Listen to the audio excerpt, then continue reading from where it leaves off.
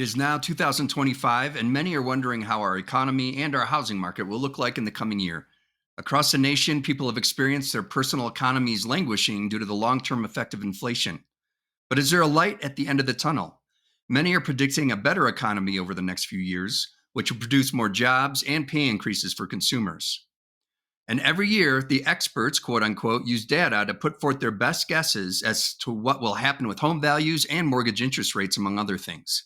These estimates help people make goals or inform those that are just curious to see how things will turn out.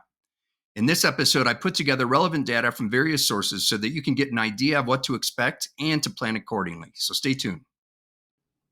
Hi, everyone. Welcome to Real Estate on the Front Range, my podcast where I cover all things real estate here on the Front Range of Northern Colorado. Join me to get market updates, tips, and information on relevant topics to make sure you are fully informed before you buy and sell your next home. This is Sean Gilliam, your host, and I look forward to you joining me on your favorite podcast for the latest episodes.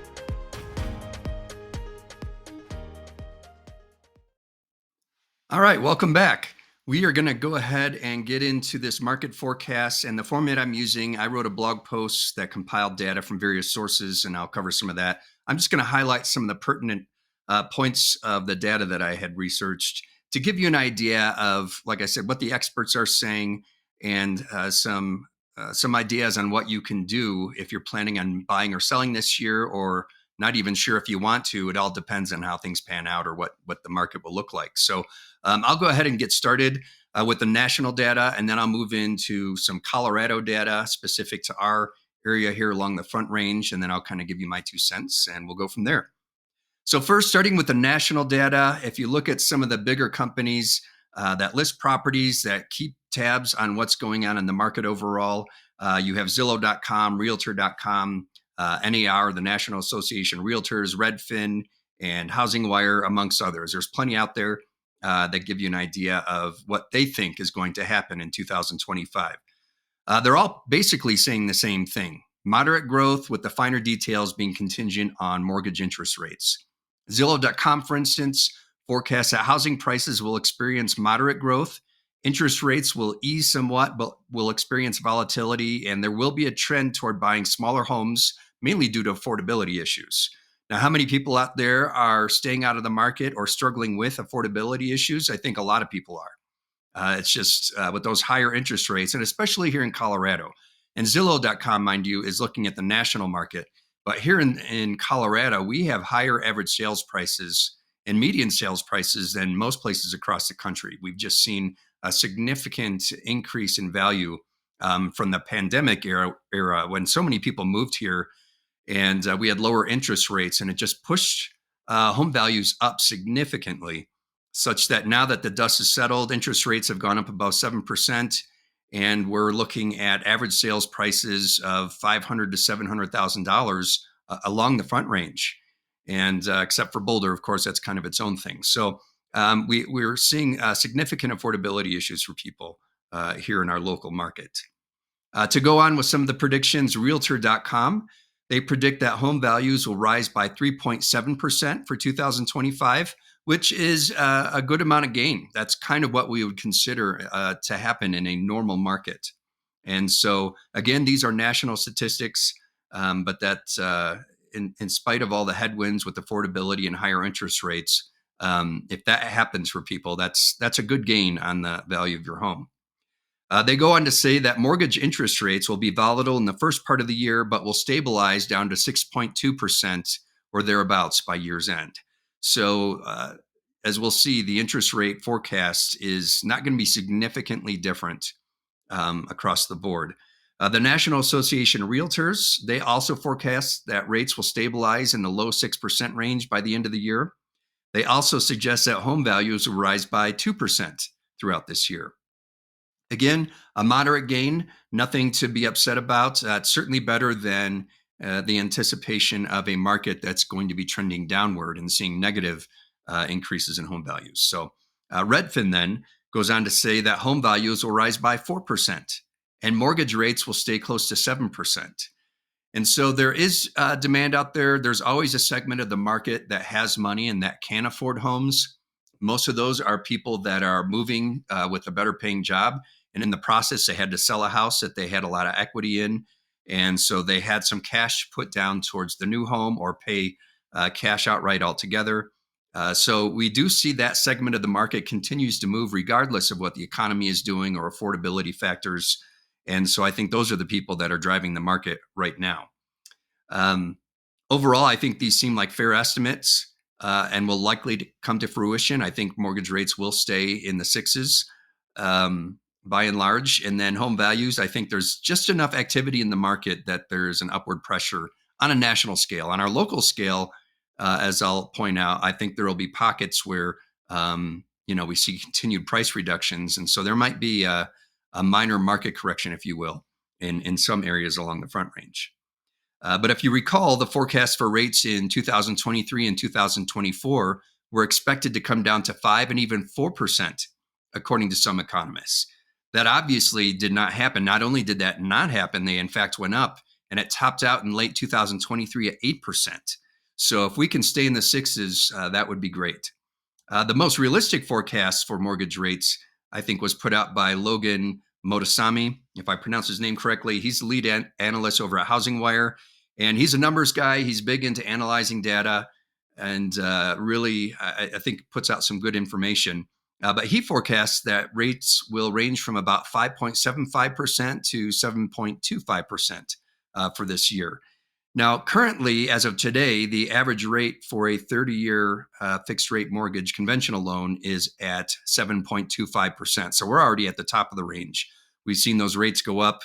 A couple of months ago, they got down to the low sixes.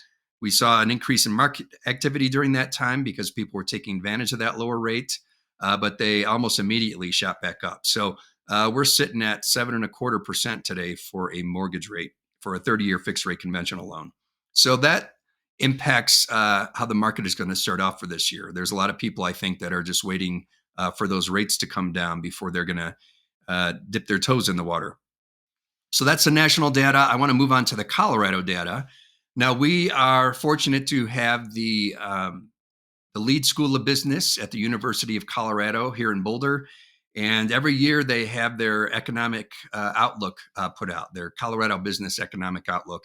And they have all sorts of data. They really get into the weeds with a lot of information about the different sectors of our economy and what's going well, what are the headwinds, all that kind of stuff. So I read through that. It's over 100 pages. You can certainly access that on their website, but I've highlighted some of the more pertinent details for you. So I'll go ahead and get into that. When they talk about, and typically in years past when I've looked at their report, they give a forecast of what they think the percentage increase in home values will be or decrease. And they also give you an idea of what the real estate market's going to do. This year, they were a little more vague. And I think that's just because there's so many things that are up in the air with what's going on in our economy, what's going to happen with inflation. We have a new president. Is that going to be good or bad? It depends on what policies are put in place, what have you. The general consensus, though, is that the economy is going to be moving in a better direction. But sometimes that takes time for that to take place. And so there could be some growing pains along the way. But this year, they did not give a specific prediction about home price appreciation. It was more of a wait and see. And so they kind of held back on giving specific numbers. But one of the things that they think the real estate market hinges on is interest rates, as we've talked about. The study indicates that we're in a cycle of lower demand due to higher interest rates that began in 2022. And this reduction in the buyer pool was also paired with the lower inventory, as many homeowners don't want to sell as they have low interest rates on their existing mortgage. Many people are in the 2 to 3% range. In fact, I think it was Redfin that put out data on Colorado and said that more than 90% of people that hold mortgages in this state have a rate below 5%. So when we're hovering at 7.25%, that's not much motivation for people to sell and move.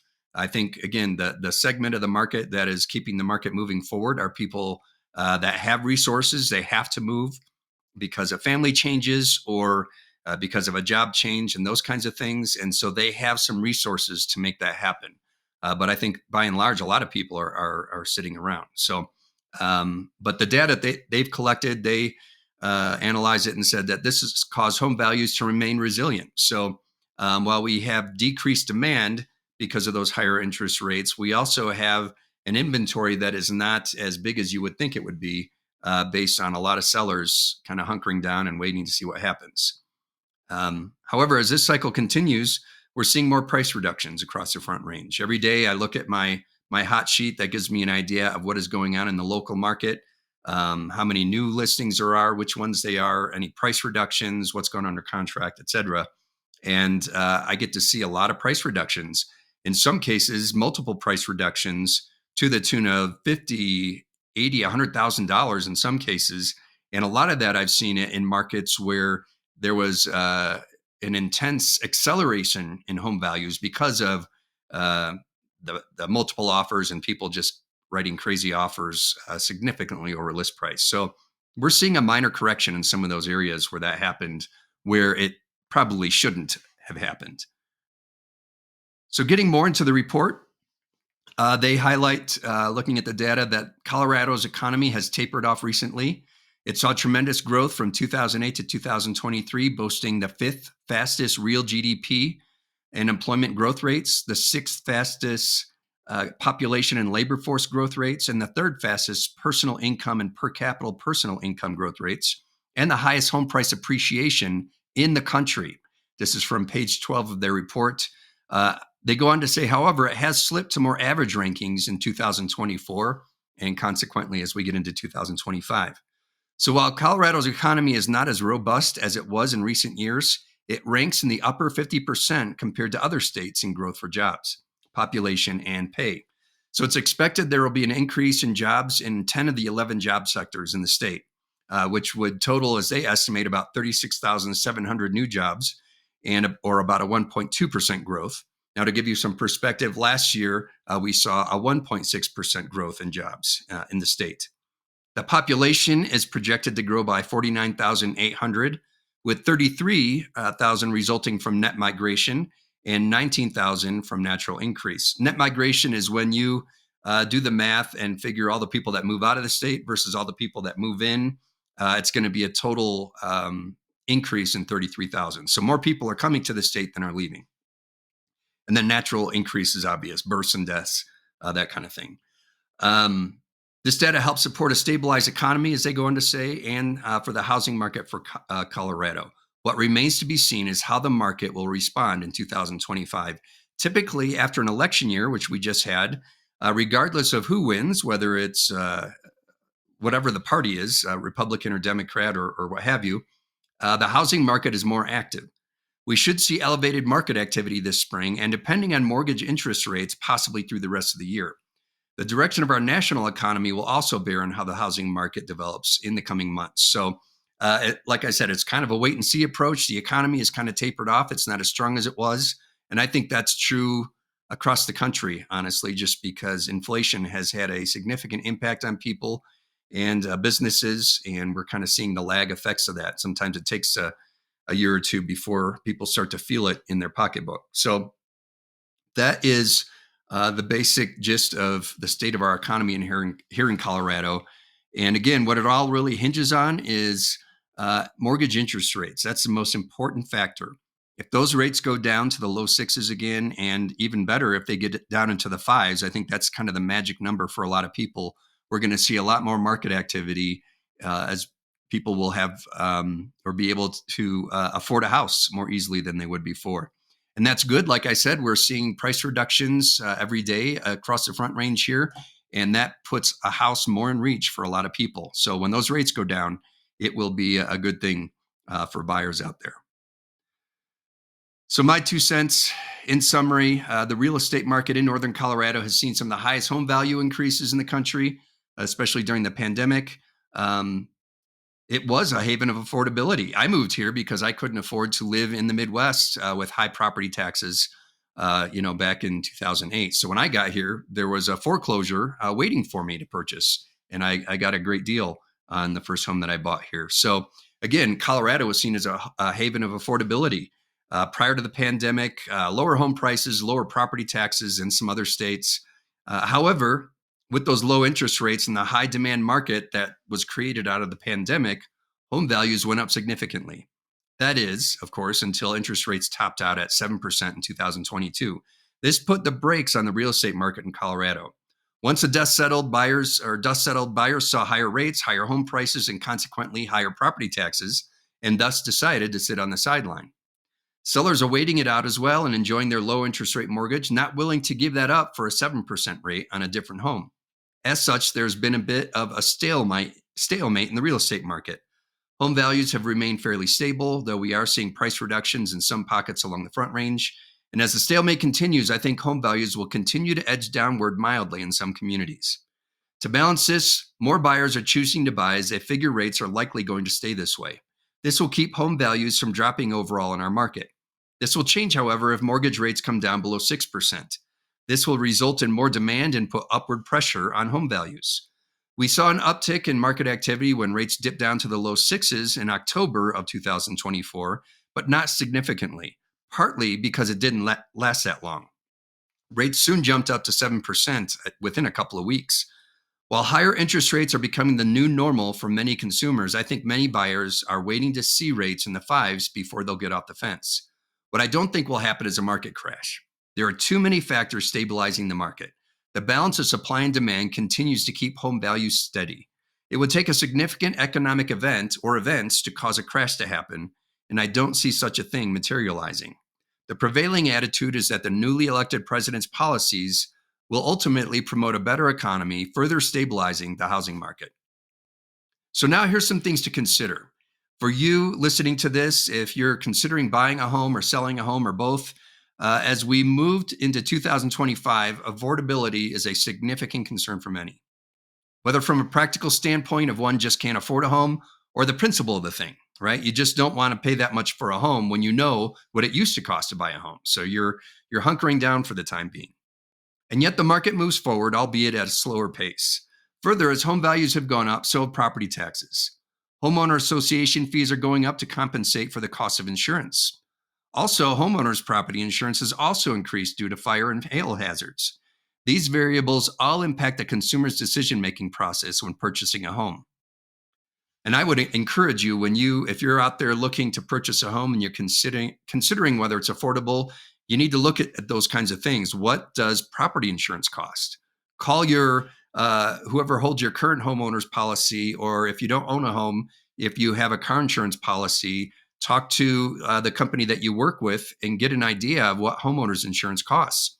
And are there places where they will not give you a policy? Because that's certainly happening too. So factor that in, and then factor in, do you want to live in a community that has an HOA or not? And find out what the HOA fees are in those communities if you desire to live in a specific area. So that's all part of that upfront due diligence to see what you can afford and what you can handle as far as a monthly payment. And again, it's very important because it's not just paying the mortgage. You have these other fees to pay for as well that could potentially make buying a home out of reach, or might narrow down your decision to buying a home in an area that has very low hail or fire risk and also does not have an HOA. So things to consider. I will encourage you, though, owning real estate is the biggest wealth producer of any asset. They do polls every year on that, and you have the stock market and investing in bonds and what have you. But hands down, the most wealth is acquired through real estate.